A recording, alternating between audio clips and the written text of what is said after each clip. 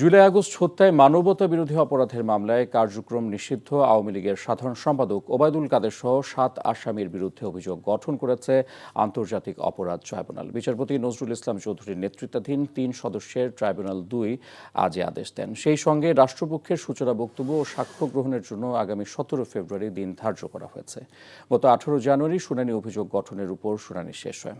এই মামলার অন্য আসামিরা হলেন আওয়ামী লীগের যুগ্ম সাধারণ সম্পাদক আফম বাহাউদ্দিন নাসিম, সাবেক তথ্য প্রতিমন্ত্রী মোহাম্মদ আলী আরাফাত, যুবলীগের সভাপতি শেখ ফজলে শামস পরশ ও সাধারণ সম্পাদক মাইনুল হোসেন খান নিখিল, নিষিদ্ধ ঘোষিত সংগঠন ছাত্রলীগের সভাপতি সাদ্দাম হোসেন ও সাধারণ সম্পাদক শেখ ওয়ালি আসিফ ইনান।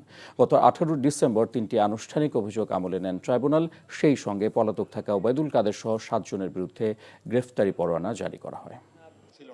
৫ আগস্টের পর ১৫ আগস্ট পর্যন্ত যে হত্যাগুলি হলো সেগুলির দায় কি তাদের উপরে পড়বে কিনা, তারা কিন্তু এই ধরনের জুলাই গণঅভ্যুত্থান চলাকালে মানবতা বিরোধী অপরাধের অভিযোগে সাবেক সেতু মন্ত্রী এবং আওয়ামী লীগের সাধারণ সম্পাদক জনাব ওবায়দুল কাদের সাহেব সহ ৭ জনের বিরুদ্ধে অভিযোগ গঠনের উপরে আদেশের দিন ধার্য ছিল। মাননীয় ট্রাইব্যুনাল এই ৭ জনের বিরুদ্ধেই অভিযোগ গঠন করেছেন।